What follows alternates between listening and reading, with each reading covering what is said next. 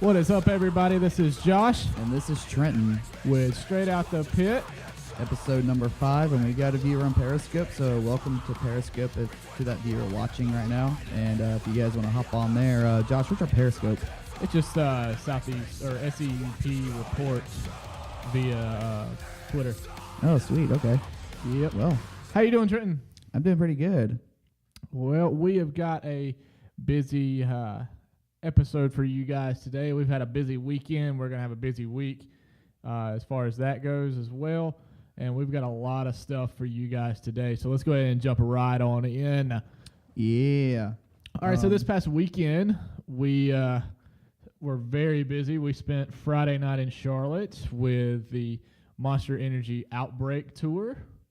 Yeah, we did. And that had Turbo Wolf, it had the Color Morale on it, and it had Nothing More, which those guys were phenomenal. As always. Yeah, we got a couple of photos up on our Facebook page from that.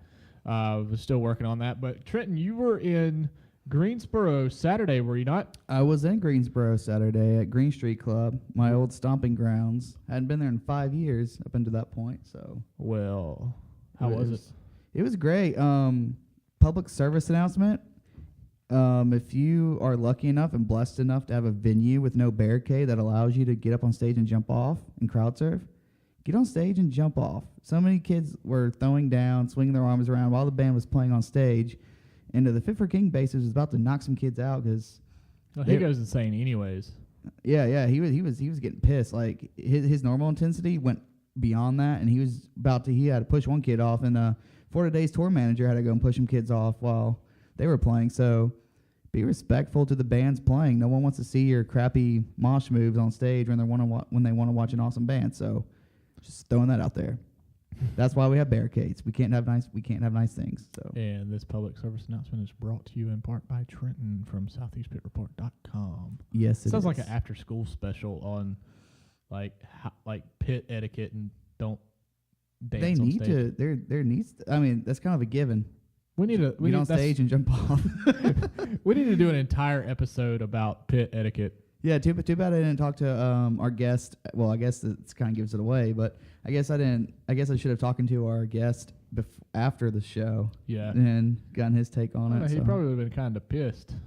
I don't know. He didn't. I don't know. He kept going. It was the tour manager. Tour manager didn't seem pissed. He just had a smirk on his face and laughing, and just kept pushing kids off. So tour managers have got a rough job. They do. They got to be the dicks in the industry. That's why I heard at a show one time, like the band was like, yeah, we're the nice guys, so we hire somebody that we know that's going to purposely be a dick. So if they need to get something done, the promoter won't hate the band, they'll just hate the tour manager.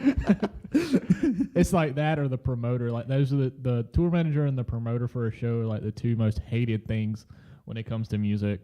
Yeah. When it comes to a live band. Yeah, speaking of venues and all that, shout out to the I don't know his name, but shout out to the security guard that was working the Nothing More show, because I kept getting pushed, and every time I turn around, he was the one pushing people into the pit. Like he was trying to keep it going. He goes, don't stop, keep going, don't stop. That dude was insane. Okay, so number one, I've been doing concert photography for a long time, and they have always had certain rules where you guys can only shoot the first 3 songs.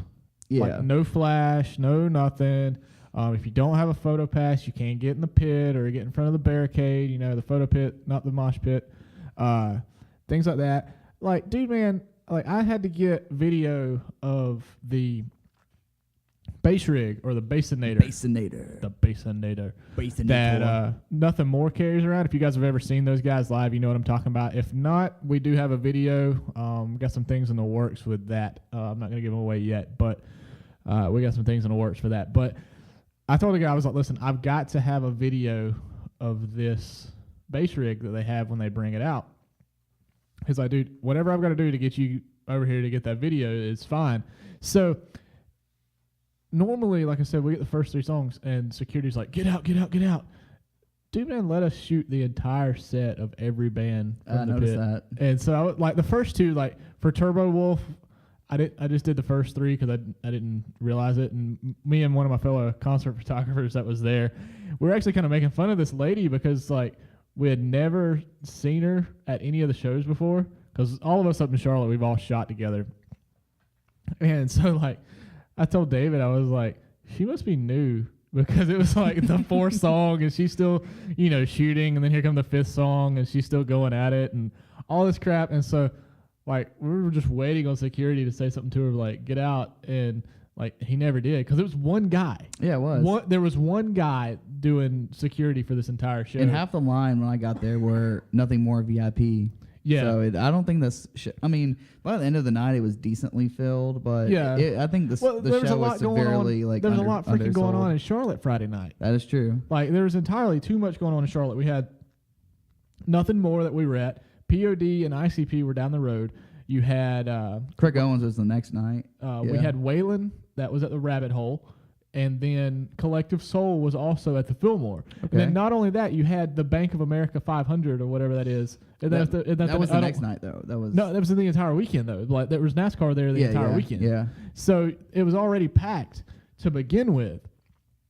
So, but it was a decent crowd for all that going on. That is true. He was. I also told him, I said I need to get some wide shots from the balcony, which they did have the balcony open. He's like, dude, whatever you need to do, just do it. So it was like super cool, totally different than the security that, number one, I'm normally used to at any venue, but then also too, totally different than the security that I dealt with Monday night at the Korn show.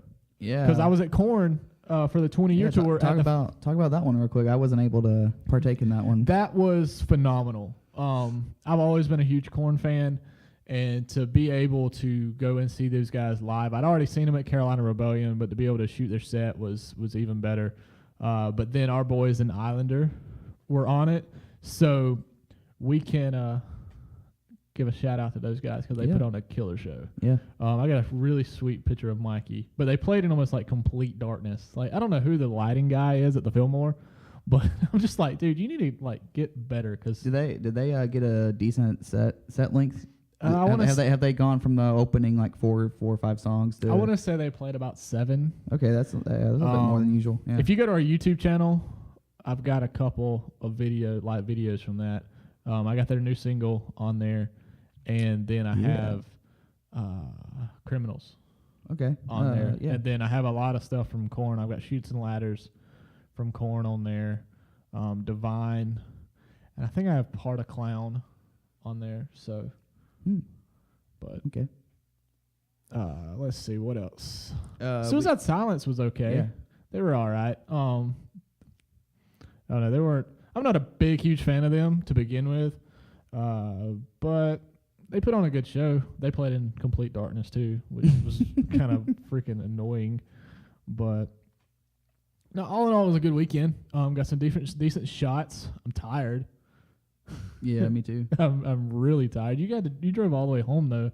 No. I stayed in Virginia. That's what I'm saying. You drove all the way home to Virginia from Charlotte. Well, yeah, it's the same distance. It's about 2 hours from.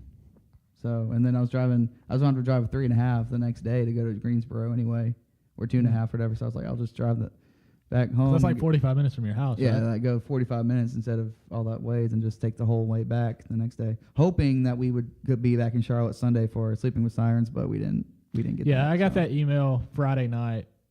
I want to say, yeah, it was Friday night at the Nothing More show. I got actually both my Korn confirmation Friday night, and I got an email back from Sleeping with Sirens. People were like, "Oh, hey, you need to email the record label." And everything, so I was just... We might be able to, like, hopefully bring them on the podcast, hopefully them, or maybe, like, Neck Deep. Yeah, I would like to chat with those guys. They've had a lot going on as far as controversial stuff that we've not heard by the way, about. Yeah, their guitarist, actually, the guy who quit, I forgot his name, but he said, released a statement this week, and this isn't on our list of music news, but it just popped in my head that after a thorough investigation by the police department, where he's at locally, that he has been found innocent and nothing sketchy or nothing wrong happened between him and that girl that was accusing him of everything. And he said he has new stuff in the works for some music and everything. Well, that goes back to what we were saying, I think, in like episode 1. Yeah. Okay. Nobody wants to believe that these artists are innocent when stuff like that comes to be, and that's really sad. In a society where you're supposed to be innocent until proven guilty, the internet makes you guilty. Yeah, the internet, and the thing is it ruins your career Yeah, it can. Yeah. Automatically, like especially like if you're a teacher or something like that. Even if it's not even true, let's say a female student says a male teacher tried to, A kiss gym her, coach or a gym coach, Yeah. Came into the locker room while she was changing or whatever, and it's completely false. They're automatically going to take the side of the student. Yeah. And it's going to ruin that man's career, Mm-hmm. whether he's found sure, guilty yeah. or not. Yeah. It's going to completely ruin it. Yeah. So I'm glad to see that he's released a statement and that he was actually found innocent on that. I will make a correction from the last podcast where we were talking about the other band on there. They're actually called One OK Rock, not One OK Go. Or OK One Rock, one of those two. But Rock's at the end, not Go. So my apologies to those guys. Way to go. Yep. But yeah, so we've had something that pretty much like broke the internet this week. Yeah. I thought was really funny. I'm going to break this podcast by announcing that just to top this one up, maybe. You heard it here first. Maybe not, because it's been revealed before. But Haley Williams sang in a Chariot song, so just throwing that out there. What? Yeah. Or Lindsay from a band called Oh No Fiasco.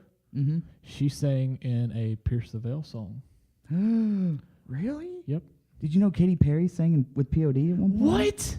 Yeah. It's Katy Perry, the chick that used to be in Christian music, but Yeah, now yeah, singing that about had- kissing girls. Yeah, it had fireworks coming out of her boobs and all that. And she used to date the guy from, Russell Brand, yeah. but she also used to date Yeah, the guy Matt from Reliant from- K. yeah, yeah. And she was on Warped Tour too. She was on Warped Tour. Yeah. Oh my god. And did she stage dive all on Warped Tour? she did and got dropped. Oh my gosh. That same girl was in a POD song. Yes. Oh my goodness. Yeah. In case you got. You know what? Oh no, never mind. I think I'm somebody else. I got sidetracked.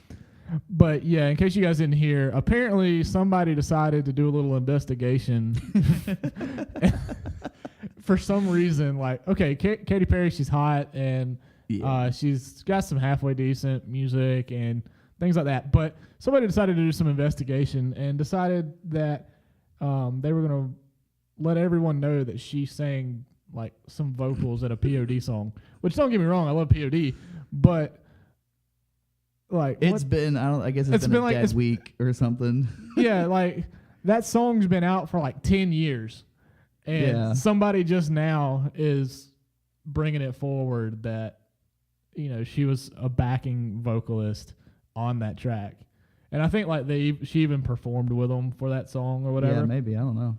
But yeah, so anyways, POD is currently on tour with ICP. Yeah. And so they like the fact that it was trending on social media, but speaking of that trend, the trending word made a connection. Uh-oh. Maybe it's a ploy to market their new album a little bit better. I don't know. I like their new album. I know, but I mean, maybe it's to boost their album even more. Could be. It's funny how Under Earth is coming back next year, and there's a video of In All Time Low released an album this year, and there's a video surfacing from 2009's Warped Tour of Van Gillespie playing drums for All Time Low. Mm-hmm. So these things, I don't think these things just happen. And in case you didn't know, we had a video of Under Oath from like 2004 on our website. Played at Tremont. Yeah, that might resurface next year when they come back to Charlotte. You never know. Hey, you never know. And it could just be some big marketing ploy. But hey, POD had something to say about it, and I thought it was kind of funny. So we're gonna hear what the boys in POD had to say about it. Hey, what's up, y'all? This is POD right here in response to this trending Katy Perry thing. Yeah, trending. As for us, we're on tour right now. Katy Perry thing is old news. She helped us out in the studio, female vocalist on our track, Goodbye For Now, produced by Glenn Ballard. And she was young, she was awesome before she went off to superstardom. He sounds intense on this. Sonny almost sounds like he's pissed off that somebody's talking about this from like 10 years ago. Eka Mouse, reggae legend. We got They're dropping names of everybody who's worked with him. Yeah. Reggae legend, punk rock legend. Basically, what I'm gathering from this name dropping all these people is that they don't care. So what? And just a fun fact, one of the guys in the video is wearing an Islander tank top. Cypress Hill, Psycho Realm, Booyah Tribe. Oh my gosh! Christian from Blindside. It's Blindside. The new record is. We have a new record out. Now they're promoting the new record right there. Hey, listen, you got to do what you got to do, right? Yep. From Sick of It All.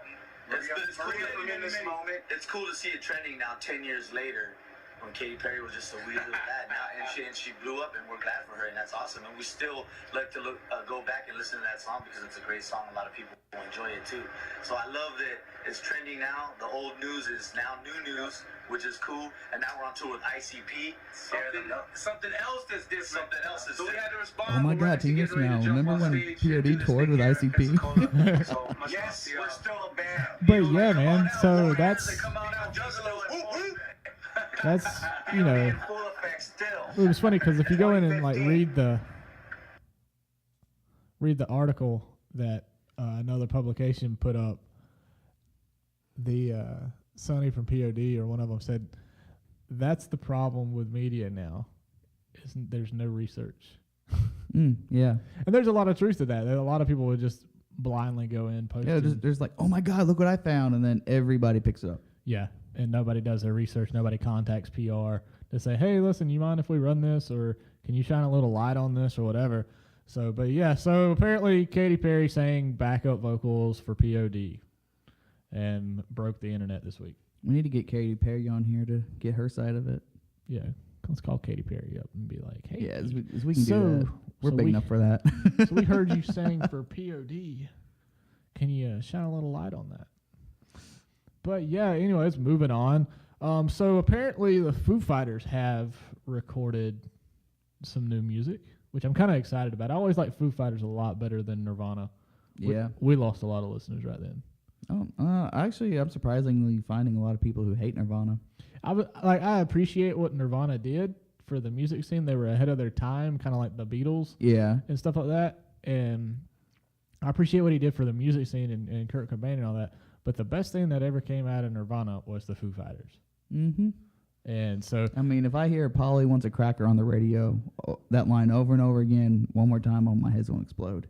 Polly wants a cracker. Polly wants a cracker. Maybe I should get off her first. And while I'm playing 4 chords on the acoustic guitar. I've seen their live videos on every now and then MTV will do an old live video of them doing a show or whatever, and they, I mean, stage presence wise, they're just all over the place, breaking their crap, setting stuff on fire and everything. So it's like if the Chariot was Nirvana, they would be Nirvana now. I saw a funny meme today that a friend of mine posted on Facebook, actually in regards to Nirvana. It's this little girl like standing up like she's doing like stand-up comedy, and the caption says, "I really wish Kurt Cobain would have waited 20 years before he killed himself so I could have seen him live." And it's Billy Ray Cyrus. and no. I don't know who posted it. Ray, a friend of mine, posted it. No, it's a picture of Billy Ray Cyrus, and it said, "I miss Kurt Cobain and Nirvana. I wish he didn't kill himself." No, I really loved the song, and it had like a completely different. No, like you totally ruined my story. Oh, because that has nothing to do with Billy Ray Cyrus. Oh, yeah, you ruined it, you jerk. That breaks your achy breaky heart. Yes, it does. But anyway, so it's got this little girl standing there, and it says, "I wish Kurt Cobain would have waited 20 years to kill himself so that I could have saw Nirvana live." And the dad's response is, "Well, wouldn't it be better for you to wish that he never killed himself?" And I saw that one too. And the little girl goes, "No, Dad, because if he didn't kill himself, we wouldn't have the Foo Fighters." So I don't know. Maybe Dave would have. Dave would have had a side project. Maybe he would have gotten smart. You know what pisses me off? What pisses you off? What really grinds your gears? I can no longer get certain magazine in the mail because they won't have pictures of naked women in it anymore. And well, not fully naked. I know, and it kills me. It kills you? Yes. Can I tell you a little secret? What? Just go to the Googles. Oh, yeah. But yeah, okay. In case you guys didn't notice that, in case you hadn't heard that, the Playboy has made an announcement that they are no longer going to be featuring fully nude women. Yeah, everybody just reads those for the articles. I have a question though about this, and then this was not released in the press statement for Playboy. But if that means that they're not going to be fully nude, okay, is it going to be just the top half or the bottom half, or is it going to be like a mixture? I don't know, Josh. You have to subscribe and find out. I'm just curious here. Like, that's where my mind goes for this. I'm not upset that they're not going to be having like fully naked women in their magazine anymore. I'm just curious. I'm like, so is this like a bottom half magazine or is this the top half magazine? Are they wearing basketball jerseys and no pants? Or are they wearing like everything but the nipple is exposed? Are they wearing clown pants and clown shoes and no top? Sounds like a clown fetish magazine or something. Hey, could be. But I'm just curious, like, what in the world are they going to be, showing now? But here's something that I really found. Awesome articles. This is what I found really interesting was in the press release. It talked about on how the copies of Playboy have dropped dramatically. Like, they only sold in 2015 800,000 copies of Playboy. First of all, you take the naked women away, then you don't get that many. Well, I'm talking in 2015, they've only sold 2,000 or 800,000 copies of Playboy. How come on our paper it says 2015 copies sold in 2015? Because I freaking typed it fast. I'm sorry. I thought that was going to be a fun fact. I was like, no, oh wow, 2015 copies were sold in 2015. It's like, that's not a lot. My thing is like, who pays for porn? I guess you pay for quality. I guess I don't buy porn. My wife would probably divorce me if I came home with porn. If not, you'd have to hide it under your bed like a little 15-year-old. Yeah, if she didn't divorce me, we would definitely be going to marriage counseling. So, it just totally blows my mind. No, here's what you do: you order one out of pure curiosity, just to see what happens. What they show, and there's that you want to know. And then you're like, honey, I just got this because I want to see what would be shown and what wouldn't be shown. Can I order? By the way, can I order just one article on the Dallas Cowboys? Do they have articles in Playboy? Yes, they really do. Why? I don't know. I guess some guy wants to look at a new girl while he reads about a bunch of men hitting each other in tights, known as football. Yeah, well, I've love football, by the way, guys. I've got a lot of jokes that I could throw out for that, and I'm just going to leave it alone, okay? Yeah, one thing you shouldn't leave alone, though, is a sponsor for our sound check. Yep. We're getting ready to go into our sound check. But, hey, listen, sound check's brought to you in part by Carolina's Choice Realty. If you're looking to buy, sell, or rent, contact them at carolinaschoiceproperty.com, and they will get you guys set up. Yeah, and if you have Playboys and your husband or wife hates you for it, you can call them up and get a new house. That's right. Or a new house to store them in. I don't know. It seems to me like you need a storage unit for that. If you need a storage unit for Playboy magazines, you have issues. Issues not just of magazines, but issues in your mind. If you have a storage unit full of porn, if you have a storage unit full of porn, please email me at josh@southeastpitreport.com because I want to talk to you and find out why on God's green earth you have a storage unit full of porn. I think your college degree might need to come into play for that one. For definitely. Those who don't know what your degree is. Yeah, definitely. But that would totally trip me out if somebody had a storage unit full of porn. If you had like a storage bin full of porn. Not only that, but if you had like 5 10-terabyte hard drives full of porn.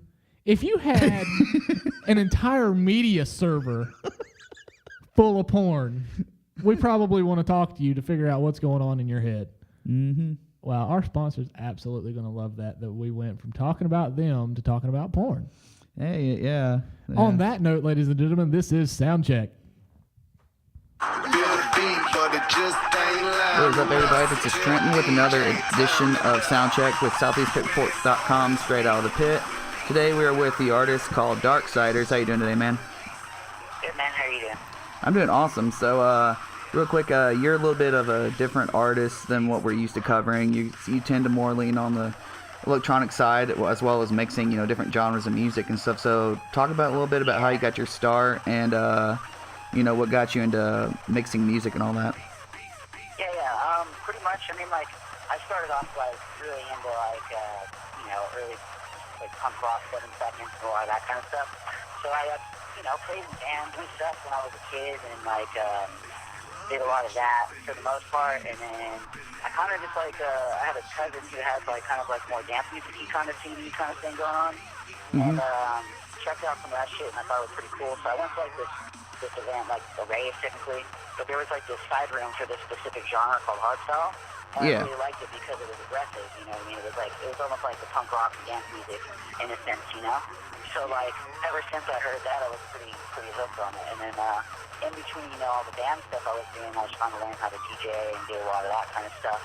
And then it just got to the point to where I kind of was just like, oh, I wish this song that I had a break like this, or that this song didn't have that part. So then it got into the ideas of, well, maybe I should just start doing this, you know? So got like a cracked version of Reason, and then like the rest is kind of history. And it's like, I've always just kind of been like making things or putting things together for like things that I would like to hear, because I'm so into both music genres in general. So it's kind of more just like something that I do, like for me to hear, but to work out, and I guess that it's like, Okay, awesome. So, like, where'd you pick your name, Darksiders, from? Like, what does that mean? It's kind of just like a darker side thing, It's like, there's not, like, no super real meaning to it. It kind of just came up, and I was like, yeah, let's go with this. Because I had other DJ projects that were, like, my thing, like other names and stuff that I went through. But then I got an agent, took an agent, and they kind of, like, were, all right, let's brand something new, and then we're just brainstorming and stuff, and then that's kind of what came up. Okay. So, you're on tour right now. You're in Richmond tonight at the time of this recording and stuff. So, how's this tour been, and who are you on tour with and everything? The tour's been really great. I'm on the tour with New Year's Day, Against Garrett, I Set Kill, and Relapse Symphony. Okay. And so it's like, it's a pretty fun tour. I mean, I'm like a little different, like compared to everything else, but the shows have been going surprisingly well. Like I have like a lot of like, rocky remixes and stuff that the bands like get into. I do this track that's like a AFI kind of thing that I open up with to pull them in, and and then kind of just go from there. So, how many weird looks have you gotten? People coming to like a post-hardcore / punk show, and then like they have a DJ open up the set. Well, I mean, like honestly, it's like surprisingly enough, like not as many as I thought. Like the New Year's Day crowd is pretty like open-minded and like youngish, you know what I mean? So like, and they're a little bit more susceptible to like just giving everything a shot, Yeah. It's actually been pretty good. It's like I'm surprised with how well it is going. Okay. Yeah. So I guess what kind of music do you have out now? I was like trying to, go through your SoundCloud and everything. Found some like remix tracks. I found a little bit of your original music on Spotify and everything. And because I am, really not that familiar with your stuff yet, I plan to be a lot more by the end of the week or whatever. Just keep listening to it and stuff. But like, what kind of where can people find your music here, and what kind of stuff do you have coming out? I have like a few collaborations with some more people on like EDM soon. I just did like a bootleg remix kind of thing of a Thug Lower track that I've been playing on this that I'll probably release. I've got a couple other things coming out. Pretty soonish, like little like Halloween after Halloween kind of stuff, and then working with some cool people doing some cool vocals and stuff. But some of the stuff, I can't really talk about just yet, but it's really cool, and it's like really crossover, kind of like leaning more towards a lot more of like the rock side of like vocals and things like that, Yeah. I'm definitely familiar with Cell Dweller. I've heard of his stuff before, so I can kind of see where you're going with that. And do you plan on like remixing any of the tour packages songs as like a little fun thing or whatever? Yeah, I plan on it for sure. Like I finally got some things for it, so there'll be some stuff for that coming out as well. Okay, so. Going forward after this tour towards the end of 2015 into 2016, what kind of stuff do you have planned that people can expect from you and everything? I mean, realistically, it's kind of like pushing out a lot more music. I'm working on albums, after this tour, probably for like most of like the winter to spring, like that's when I plan on having it done. A lot more shows and stuff. Get up Europe again, do some stuff like that, All right, so what artists, whether they're a punk band or another DJ that's been influencing you right now creatively? There's a couple that, like, there's just a group, they're like a bunch of friends of mine, but they're called Combi Christ, and I like the mixture of, like, kind of the electronic realm that they split, the industrial stuff, you know, there's, like, a lot of industrial kind of stuff. Yeah, yeah. I've been listening to some weird stuff, like, I'm really into, like, music store, so, like, Hans Zimmer, like, I listen to him a lot lately for some reason, just, like, in the bus, it just is relaxing, you know what I mean, like, just, like, I'm stuck in my, like, feed, you know, and it's kind of, like, an escape. So a lot of that kind of stuff has really been, like, influencing, like, really huge, symphonic kind of sound. I've been really into this band, the Lord of the Rock, lately. That's been influencing me, like kind of like attitude-wise. It's pretty cool. They're like a rock industrial metal kind of band from Germany. Okay. More of that kind of stuff. All right, you familiar with? There's this band I found on a Warped Tour. They were giving out copies of their EP and everything. They're called a Drama Club, and I was really impressed with those guys. You familiar with them? Yeah. I'm pretty familiar with them for sure. Yeah, I have another project that's kind of leaning more towards that kind of stuff as well. Okay. Like that realm of live and crossover stuff. It's a project with the drummer Tommy Price that I have called Big Friends. Mm-hmm. And our video is coming out. We have a video coming out, I think, around Halloween, like on Pornhub, because we got a couple porn stars in it. So like Pornhub's like backing it with like 100%. Oh wow. Yeah. So that should be out around Halloween as well, and that'll be pretty cool. So like just some stuff like that. But I also like there's some plans like for the end of this tour with some of the friends and I've made in some of these bands to come out and then like kind of do like a really different performance live more so than the director tour at the end of it. Like so it'll be really interesting to see what happens. Okay. Like at the show in Anaheim, Chain Reaction. Yeah. Okay, so everybody knows about Skrillex, how he came from First to Last back in the day. Emo, post-hardcore band or whatever. Now he's like probably a top DJ. So has he I guess paved the way for this alternative DJ scene that I guess you're part of, where it's like more on the heavier DJing side of it? I mean, he most definitely did, that's for sure. But it's surprisingly enough, it's still there's still not many of our kind of people in the scene. I mean, it's still a very top kind of genre. You know what I mean? So a lot of my colleagues from Europe are almost like Abercrombie Bros, to be honest, but they're really good people. Yeah. So it's just I stand out, that's for sure. But it works in my favor to stand out in that way because these people don't forget who I am. You know? Okay. So one last question before we get to some fun ones here. Being as a DJ, a lot of the biggest critics, I guess, you get are, quote unquote, all you do is press play on keyboard, or you don't really play an instrument. What do you say to those people, or what do you want to say to those people if they stumble upon this and they're like, oh great, it's another DJ kind of thing? Yeah, I mean, honestly, there's a lot more into it. If you're a producer, the studio engineering skills you need to have, and to it's not like these songs are just out of tune sounds. You need to understand melodies, you need to understand some sort of music theory, a lot goes into it, and I will say there are I come from an older schooler kind of vibe, a more old school kind of vibe of DJs. I learned how to record spin with vinyl records when I was learning. Mm-hmm. So it's different, you know what I mean? So that you had to gain a talent to be able to beat match these tempos without a computer doing it for you, you know what I mean? So I will say that there's some people that are just button pushers, straight up, they're out. There's a lot more in this world than a lot of people will really realize talent-wise. And I mean, I've been playing music outside of this since I was 13. Drums, guitar, bass, a little piano, dabbled with a little bit of violin and stuff like that. Yeah. So a lot of people that are doing this are very talented musicians. Okay. So got some fun ones for you here. Then we can wrap it up. What was your best and worst Halloween costume? I think my best one was it was last Halloween, and then I played a show Sweeney Todd, the more the new Tim Burton kind of version, and that was probably the coolest costume I've ever done. Worst, oh man, probably maybe. Well, I don't know. When I was a kid, I was a Power Ranger or something. I don't know, but that could be the coolest to some people. So I feel like there's like, you know, like my mom dressed me up as a Power Ranger kind of thing. Yeah, I was the White Ranger one year, and my mom actually made the costume. I got the gloves and mask for Christmas and all that, but like my mom like took like sweatpants, a white long like sweatshirt, and then got some fabric and made like the I guess chest pieces out of it and stuff. So it was pretty cool. So that's good. Yeah, one time like when I got pictures from when I was like 3, like my mom set a hole in like a white pillowcase, and I was a ghost, playing after the fight. So that's pretty cool. I feel like the picture from that. okay. But yeah, pretty much that.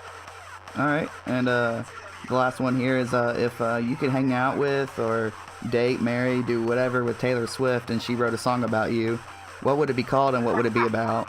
Oh man, this is wow. Oh, this is a really intense question. Quite a question.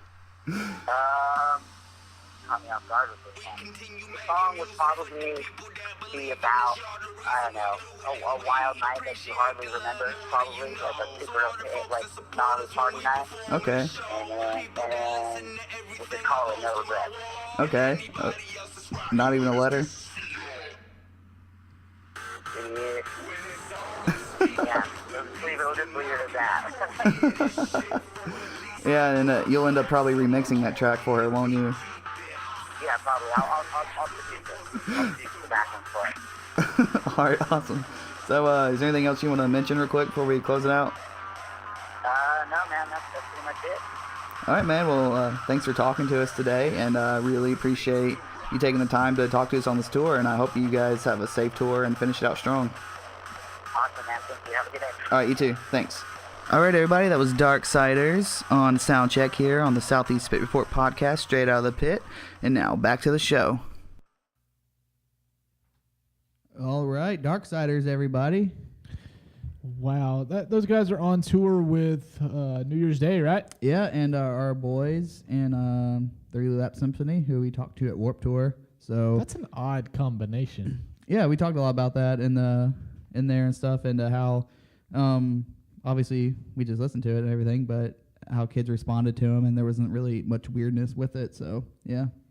I hope that tour's going good for New Year's Day though, because they just had that new album come out, which is really good. Yeah, that'd be a great band to bring on here. Yeah, I was getting. I'd never heard of those guys till Warped Tour. I think I talked about it when we did their album release on a couple of episodes ago. But yeah, they did really well at Warped Tour, and apparently everybody knows who they are except for me. Well, yeah, they were in AP over the summer, and they were saying like Kevin Lyman says they're like one of the hardest working bands on the tours. They're out there every day selling their stuff, promoting their stuff. They're not playing. They're talking to kids and everything. They're not like sitting in the van or trying to stay cool. They're out there in the heat, and so there's a lot of heat at Warped Tour. Yeah, there is. It was miserable. I was just talking to my friend Hannah about that at the Corn show. She was like, I don't even know if I'm going to shoot Warped Tour next year just because it's so hot. Wow. Yeah. It's worth it, though. I know. She's a little bit older than us, though. But, heck, I was miserable. I don't want to hear it. You were in the media trailer all day long. All that tour water. I had like 5 cans of tour water. I didn't have any food, though, so that sucks. Either. But, yeah. I got to get smarter when I go to Warped Tour. Even though the catering line was right next to the... Yeah, you had to have ID, though. Like, have you ever seen the Warped Tour IDs? I've seen their laminates, like their picture IDs and everything. Yeah, and they have barcodes on them, so they scan the barcode. Oh, I didn't. So if you were at first, I didn't know if anybody working there, technically like press people, got catering too, or if they used to. I've never had it. Okay, that's why I was getting ready to hop in there for and stuff, just to see if if you're working it, as a. I don't know if they scan your ID for like food and stuff, but I do know that your tour laminate that has your picture on it has a barcode on it, so I'm assuming they have to scan it for something. Yeah, probably. I don't know. So, but yeah, so let's jump into our interview, man. Like I said, Trenton was in Greensboro this past weekend with For Today, Phineas, Silent Planet was on that, correct? Mm-hmm. Fit for a King.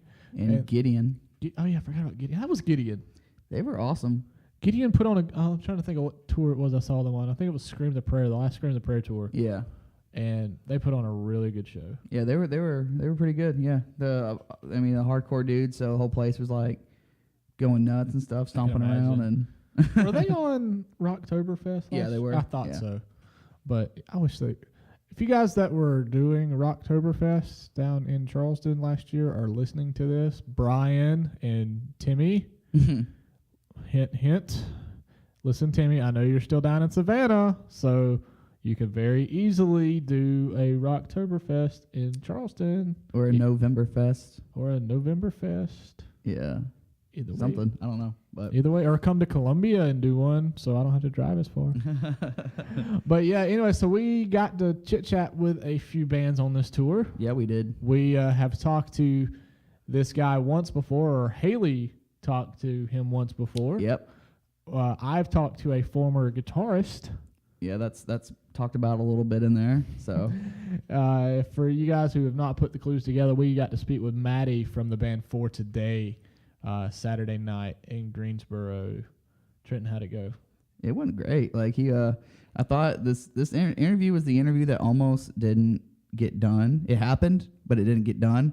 You see, my MacBook that we record everything on, including this podcast, is very sensitive at this point in time to where it needs a new battery. So if the computer's not plugged in, it is off. And after recording the interview, which I did on my phone as a backup, and the professional microphone in the GarageBand way, I got sidetracked, thought it was already saved, closed my computer, and about had a heart attack until I realized, hey, it's on my phone too. So immediately I uploaded it You're to getting my smarter. Google Drive account. I almost didn't record on my phone because it was quiet enough in there. It was so quiet. Yeah. You're So getting smarter, though. I always record on my phone as a backup if I have to do a live interview. Yeah, but here it is, everybody. This is our This is main Mattie events- Montgomery with For Today. Our main event of the evening in terms of interviews. This is Mattie with For Today. And quick plug here, go pick up their album Wake, out now in stores. So, yeah, let's get to it.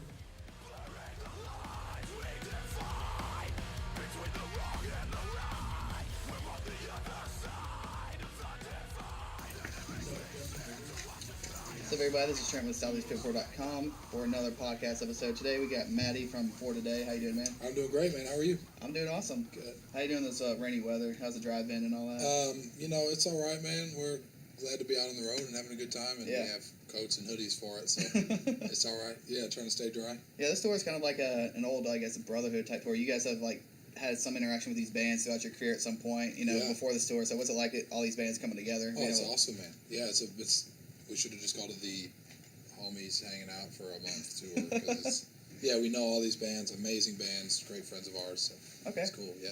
All right, so you guys just recently, maybe a few weeks ago, put out a new album called Wake. How's the response for that been? Oh, it seemed like really positive, man. It seemed like people have been really excited about it, and it seemed like even the fans that have been with us for years, and maybe people that didn't really like us before alike, that maybe all those people are finding something about the record that they can get into, which is cool. Yeah, what kind of things inspired it? Because musically, it's a lot, I guess, different. Like your last record was more, was more progression as well, but this one just took it to a whole nother level with the different guitar effects and, stuff you guys did musically on that. So, like, what were some music you listened to, or what were some bands, I guess, that inspired this? Bro, I mean, we listened to, we were trying to get inspiration from, anything we could imagine. Everything from, like, Ion Dissonance to Thrice, and, and anywhere in between. Yeah, and I think, one of the things that we wanted to do with this album, really from the beginning, is we wanted, whatever we did, we just didn't want to hold back. We didn't want to do it safely. We wanted to go, all out in everything that we did. And so if we were going to do maybe a softer part, we wanted to go all out with that and do that really well. If we wanted to do a heavy part, we wanted to make it the most extreme and intense heavy part that we had ever done. So the album musically is really dynamic, but man, I'm really excited about the way that it came out. I think overall it's kind of a darker, more intense album than anything we've ever done before. Okay, before we get into the lyrics and all that, earlier in the year we actually talked to your former guitarist about it, and you talking about they were starting to write. So, did y'all have to start all over when y'all, when he left the band, or did you had to keep some of the stuff he wrote in it, or how was when a band loses a member, I guess, and something's being written, what's it like, like going forward with the music? Do you keep it, or do you just change it up, or what? It's probably different for every band, but he none of the stuff, nothing that he wrote is on the album. So it's probably different for every band and every situation, but yeah, with the four guys that are in the band now wrote the whole record. Okay, awesome. You're talking about it being a little bit darker and stuff. What kind of things did you guys want to talk about more on this one to put it more darker than versus, the last album, it was a lot more, I guess more of a moral, I guess sociological type thing with the poverty, growing up, without a father, just various different topics that you guys, didn't write about before. So like what inspired you guys this time around to write this record? Well, I think one of the things that really moved my heart kind of going into the whole process is it sort of occurred to me, man, when we go to these shows and we play for a room full of kids, every night we're standing in front of kids who have attempted suicide, or kids that have friends who have successfully killed themselves, or we have there's people in the room every night who struggle with cutting and have lost loved ones and have been betrayed and abandoned by the people who are supposed to love them the most. And, and there's sort of so many very serious issues facing this scene, this group of kids that we love so much, the scene that we grew up in. And I thought, man, I want to write songs that people who are dealing with this stuff, or people who are facing this stuff, can sing and say, man, I know about that. I know about abandonment. I know about suicide. I know about addiction. I know about rejection or loss, and to hopefully give them the ability to realize, I guess, more than anything, that they're not alone. I think one of the scariest thoughts is that when it feels like your life is crashing down around you, or you feel like you're struggling with something that's bigger than you or stronger than you, that you feel like you have to face it alone, and it's such a scary thing. And I think that's a thought that just chokes the hope out of anybody's life. And so, with this album, man, we wanted to remind the people that listen to our band that they're not alone in the stuff that they're facing, and in fact, much of the stuff that they are dealing with is stuff that we've gone through as well, and we've been able to find hope on the other side of it, and so I think the prayer for this album is that people would begin to believe again that there might be hope, there might be another side of this valley that they're in. Yeah. So it's encouraging them all, I guess, in a way, putting the whole Christian worldview into it, saying you're not alone, but God's there kind of thing, or is it more like you're not alone, but what we went through this kind of thing? Yeah, I think there's so many people dealing with God is there. I'm a Christian. Jesus, Jesus saves hurting, broken people all the time. Yeah. But I also understand that not everybody is at a place where they're trying to give their life to Jesus tonight. And so if people don't want to give their life to Jesus tonight, at least don't kill yourself. Yeah. You know what I mean? Just wake up tomorrow, and we can try again tomorrow. You know what I mean? So, whether people, I'd love it if people would hear this album and say, man, I want to find this Jesus that these guys have found. But at the very least, I hope that they'll say, well, I'm gonna hang on to hope that maybe things could get better for me. Okay. Okay. Find the strength to fight another day. Yeah. So where'd the whole album title Wake come from specifically?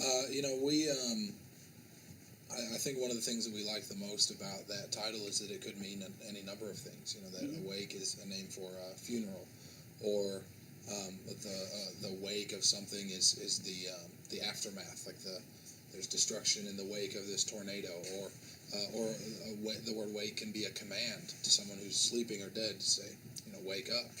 And and I think in one sense or another that really all three of those can apply to kind of where our hearts and heads were at when we were writing the record. So we picked that word intentionally because it was a bit ambiguous to let people read it and sort of decide what they felt it meant. Okay. This is also your first album you guys put out with Nuclear Blast Records and everything. Yeah. So what's that relationship been like with them, and what made you guys move to that label? Because they're the best. I mean, they're the biggest metal label in the world. Okay. So when we found out that they were fans of the band and that they wanted to work with us, it was kind of kind of a no-brainer for us. Oh, wow. Yeah. Okay. So what are some goals you've had for this record this time around with the new label and everything? What have you met certain goals that you guys set for it or anything like that? I don't know that we really had any. Okay. I mean, we just wanted to write a record that we really believed in, and Yeah. we did that, Yeah. And, hopefully people like it, but even if they don't, we are very excited about it, and so that's kind of been our whole approach is like, let's just be honest to who we are and write what's in our hearts to write, and let people react how they will. Okay. So we'll see. Yeah. Okay. What are some things going after this tour? You guys coming up for the end of the year, going into next year? We're finishing this headlining tour that we're doing, and then I'm not sure, to be honest. Yeah, we're working on plans to possibly get back down to South and Central America. Okay. Maybe get over to Europe soon. I'm sure that we'll be touring at some point in 2016 here in the United States again. So, we'll see what happens. Okay. And playing these new songs and all that, which one's been your favorite so far to play live? Probably Broken Lens at this point. Yeah. Okay. Yeah. That one's going over really well. It's fun to play.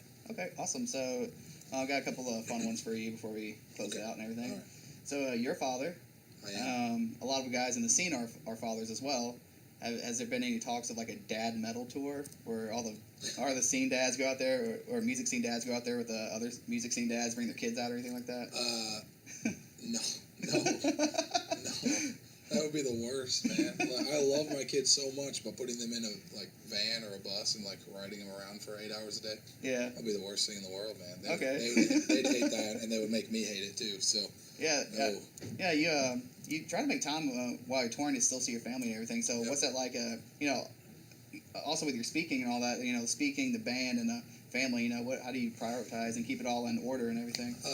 You make your family not just the first priority; it's the central priority. Mm-hmm. So the other things that I do are in one way or another to serve my family. Whether it's because it helps make money to pay the bills for my family, or because just the other day my kids were able to come out to a show, and they were standing on the side of the stage and dancing and singing along to the songs and stuff. And I thought, man, it's cool that my boys are going to have these memories of when they're young and their dad played in this band, and that their dad does something that they think is cool. Yeah. So I think as much as it is a bummer that I have to leave my family sometimes, I'm able to leave a legacy that hopefully my sons will be proud of, and it'll be something that they'll be, excited about as they get older. So, I don't. It's not like I have my family in one compartment in my life, and I don't compartmentalize the different areas of my life. Really everything that I do in terms of business or ministry is in one way or another to serve my family. Okay. Yeah. Okay. You talked about a while back later in life and stuff. If you weren't in a band right now, or if you had to do something else, 30, 40 years from now, what could you see yourself be doing?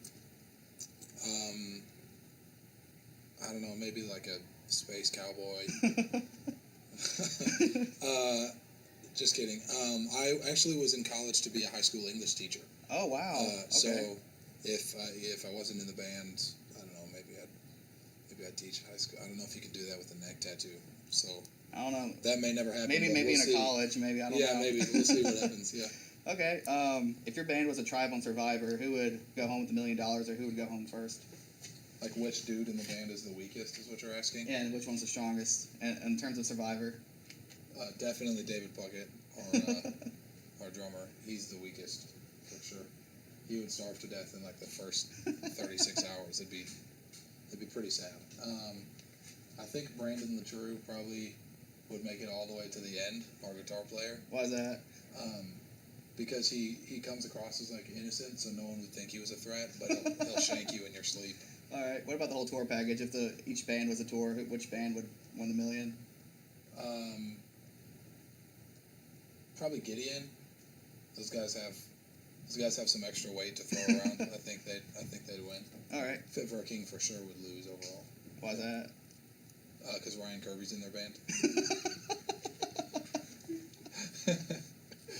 All right. Okay. He's over there dying on the couch. Okay. If you could hang out with Taylor Swift for a few months or whatever, and she got to know you pretty well, and she ended up writing a song about you, what would it be called, and what would it be about? It probably would be called The Blacker the Berry, the Sweeter the Juice. And it would be... and it would be about how she'd never realized just how funky fresh black people can be. Okay. And how she deep down inside wants to get in touch with her tribal African side.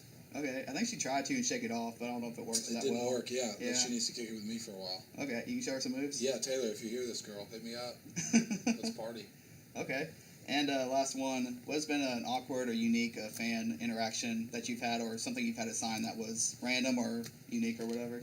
I think the most awkward fan interaction I ever had was I was in an airport like a year ago, and I was walking down a hall, and there was like a mom and daughter walking the other direction, and they got like 30 feet away from me. The daughter stopped and started shaking and crying, and she was looking in my eyes just crying.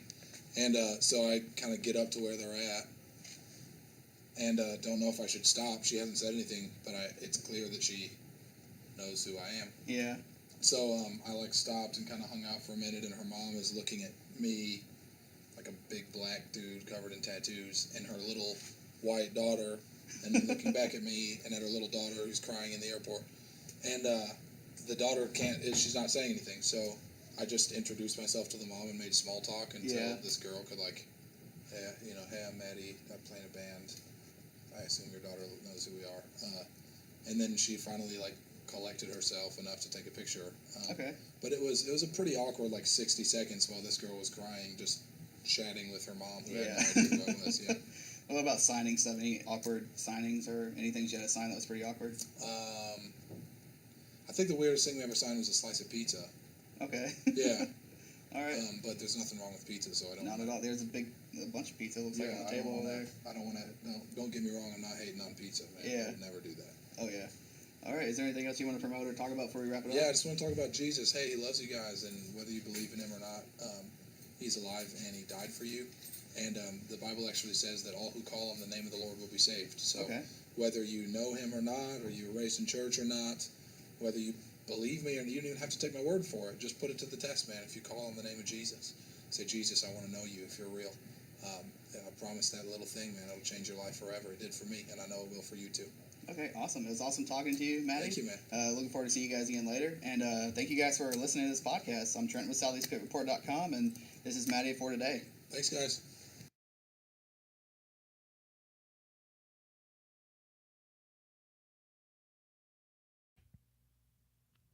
And that was Mattie Montgomery from For Today. Yeah. The blacker the berry, the sweeter the juice.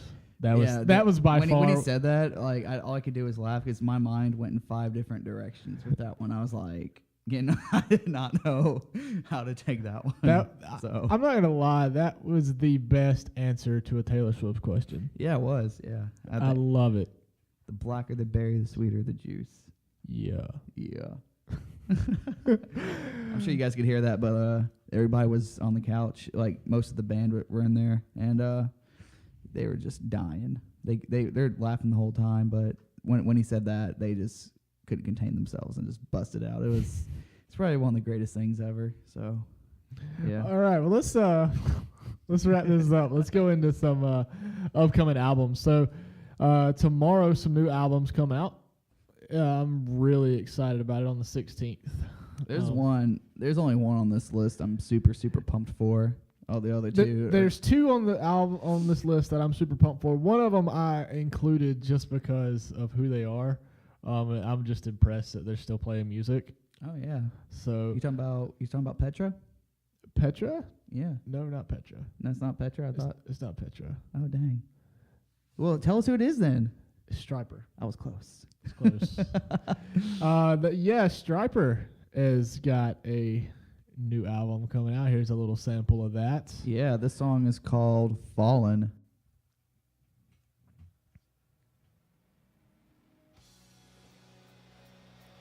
Yeah. Not too bad of a little intro there. Got a little hair metal thing going on. It's okay.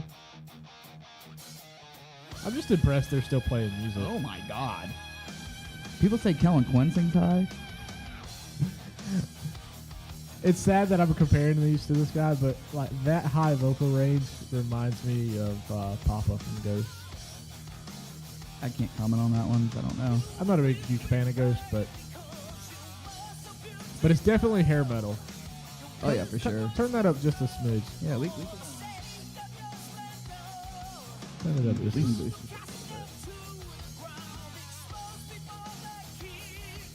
Oh yeah. For those of you who don't know who Striper is, they're a Christian metal band, or not metal band, but they're Christian rock band. They're along the same time as like Petra and things like that. Before you had bands like For Today and bands like The Devil Wears Prada and all that. Yes. It was, I guess they were one of those bands that come through in the 80s when hair metal was big, and they were able to take that style of music and make it into a positive message. You know who I miss? Who did that? Who? Blessed by Broken Heart. Never heard of them.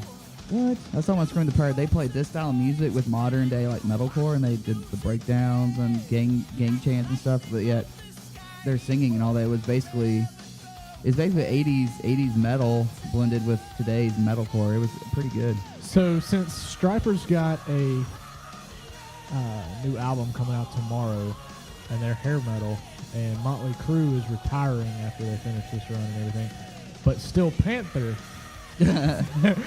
is a hair metal band. Could we get like a Striper and Still Panther tour? Maybe, possibly. I'm going to go out on a limb here and say that's going to be a conflict of interest. Maybe so. I don't know. I've heard stories of Striper, how they hung out with Motley Crue when they were just a local band. Like they'd go to each other's shows and all that stuff. So But still, though, Striper's a Christian band, and I really don't think they're going to go out on tour with Still Panther. hey, you never know. But yeah, so that's Striper. That's their title track off of their upcoming album that's going to come out tomorrow called Fallen. Make sure you guys check that out. I'm sure it's going to be a good album. Like I said, if you're a fan of hair metal, if you're a fan of like 80s rock and roll, then Striper's right up your alley. So yeah, but that's Striper.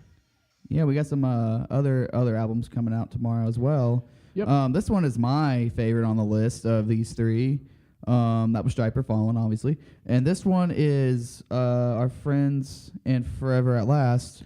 We actually talked to them not too long ago. They were in Yeah. town, and we had some audio difficulties, and it dropped out. Yeah, so hopefully we're going to get that is the interview that happened that didn't happen. So yeah, that's if you ever hear us talk about that. But But, hopefully we'll be able to get those guys on there. But yeah, this is this song's called Bad Blood, and the album's called Ghosts again on Victory Records, our homies over there and at Victory. So so check this one out. yeah, this song's called Bad Blood, and no, it's not a Taylor Swift cover song. Just throwing that out there. That's where when What is it with you and Taylor Swift? I don't know, when Hands Like Houses released their new song called New Romantics, I thought it was a Taylor Swift cover song at first too. So All right, play the song. I don't know. Yeah, this is Bad Blood off the album Ghosts Again by Forever at Last. So boom, right there, straight out the gate, Hard hitting, yeah. hard hitting right in your face with the new Forever at Last track. I like the fact that it's a female vocalist too. She sounds great. Yeah. She really does. So it's a really good track. I really dig Bad Blood. I'm ready to hear the whole album on this one. I really hope we can get these guys on there because I hate it that we couldn't Yeah, get. if y'all haven't seen these guys live, they kill it live. Like, she goes nonstop the whole time. So And she's a tattoo artist too. let's just play out a little bit. Turn it up just a smidge. Okay.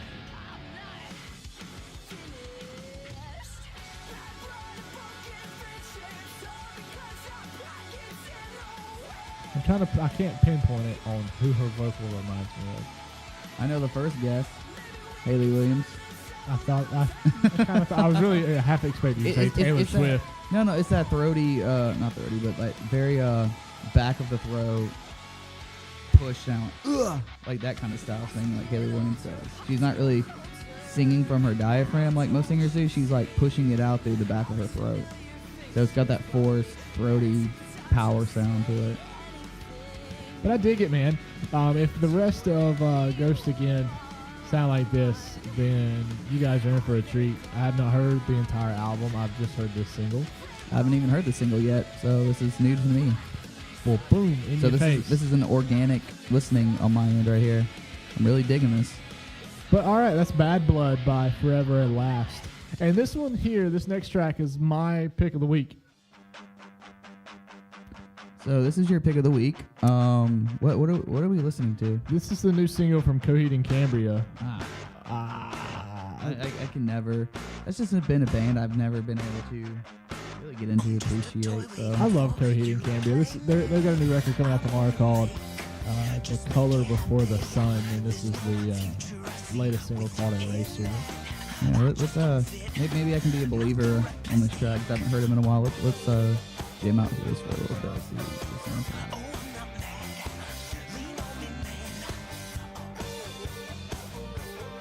Got a little southern little part in there. That's southern. Well, something. Well, that does. Like, you know what I'm talking about, the whole country song thing.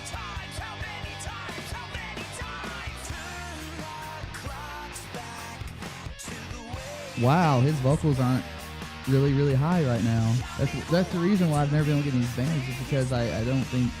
I like high singing, but I've never been a fan of his. I've always been a fan of Coheed and Cambria, and then I saw them live with Between the Buried and Me. Mm-hmm. Well, if you see anybody live with Between the Buried and Me, Between the Buried and Me is going to destroy them and make everybody else look bad. Nah, they made them look good. Really? Yeah, okay. Coheed and Cambria elected the headline for that tour. Oh. And plus he comes out playing like ukulele. I could see that. Yeah, it's really cool. But yeah, man, I'm a huge fan of Coheed and Cambria. I always thought it was weird though. I don't remember the other opener on the tour, but a few years ago they toured with Slipknot. Oh wow. Yeah, I thought that was really odd. Weird tours like that never always kind of scratch my head out and just kind of, I don't know what's going on here. Yeah, I'm not But- too so vibing with. Good. Hey, it's something else that will totally take you out too on Coheed and Cambria if you see them live is when he brings out the double neck XG and play it. So, but yeah, that's Coheed and Cambria. That's called Eraser. That's off their new album coming out tomorrow called The Color Before the Sun. I'm really digging it. I'm hoping that the whole album's like this. Yeah, I actually might fire up the old Spotify machine and listen to it tomorrow at work. I mean, 45 minutes to an hour long record kills a little time. I mean, no harm in that.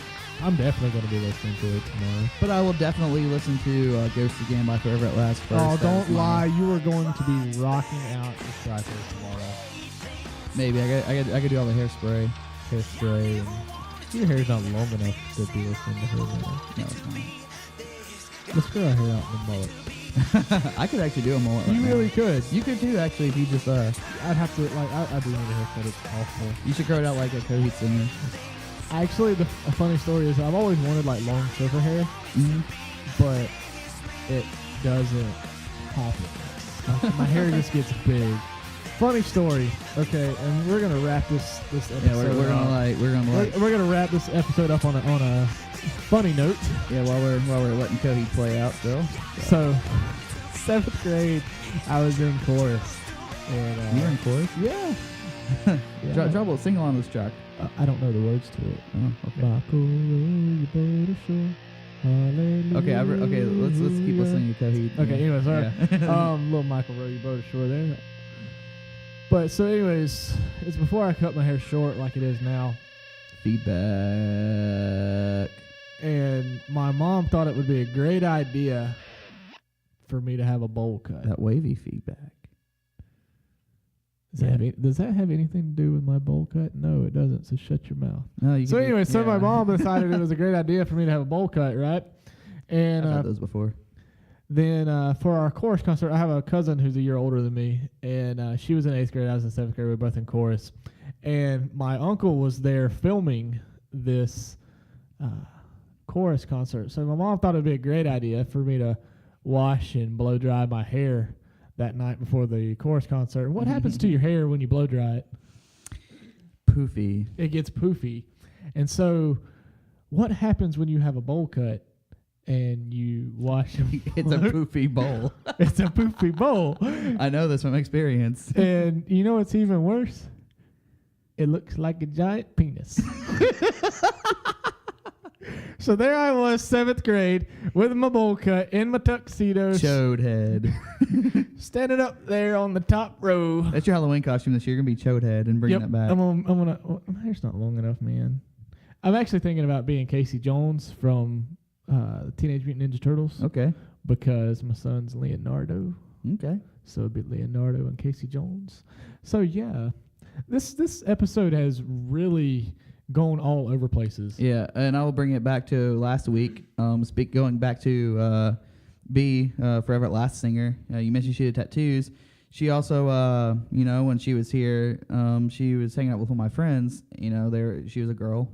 So they were doing makeup, and so that reminded me of our topic last week of makeup talk. So we could get her on here and do a little beauty tips. I told you we would find somebody to talk about it. So if we ever finally get those guys on the podcast, we're going to have beauty tips by B. Yeah, and another plug to my sound check segment. If you are a band who is just got signed, or you're upcoming through your local scene and you want to be heard in West Coast, Europe, I don't care where you are, email me at African Trenton. Tribal Drums. Yeah, drum circle. We can do that. Yeah, we can do that.